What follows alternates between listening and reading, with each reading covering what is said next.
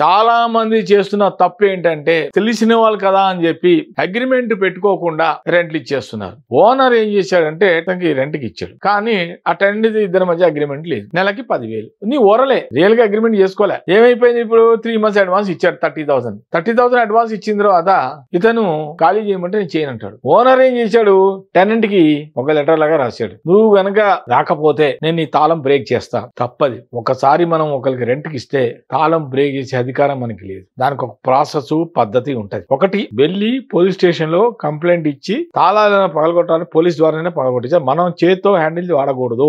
రెండో పద్ధతి ఏంటంటే మనం డైరెక్ట్ గా మనం ట్రెస్ పాస్ చేయకూడదు. హౌస్ ట్రెస్ పాస్ మనం చేయకూడదు. IPC 441 ప్రకారం మనం ఇంట్లోకి తాళాలు పగలగొట్టేసి మనం లేదంటారా మూడో పద్ధతి కోర్టు ద్వారా డైరెక్షన్ తీసుకొని పోలీసుల ద్వారా మనం తాళం బ్రేక్ చేయొచ్చు. అంతే తప్ప మనం సొంతంగా తాళాన్ని బ్రేక్ చేసే అధికారం మనకి లేదు. చేసి హౌస్ ట్రెస్ పాస్ అవుతుంది. అలా ఎప్పుడు చేయకూడదు. రెంట్కి ఇచ్చేస్తే ఏదో డబ్బులు వస్తుంది ఆశపడి ఇచ్చేస్తే చాలా సఫర్ అయ్యేది మీరే. చాలా చోట్ల జరిగే పొరపాటు ఇక్కడే. ఏంది ఆ పొరపాటు అంటే, ఫస్ట్ మీరు అగ్రిమెంట్ చేసుకోకపోతే, అగ్రిమెంట్ చేసుకుంటే లీగాలిటీగా ఉంటుంది, ప్రాబ్లం ఉండదు. రేపు పొద్దున వాడు ఖాళీ చేయకపోతే అడ్వకేట్ ద్వారా ఒక లీగల్ నోటీస్ చేసి ఆ తర్వాత అసలు మొత్తానికి కలిసి సూట్ ఫర్ ఎవిక్షన్ కూడా వేసుకోవచ్చు కోర్టు ద్వారా.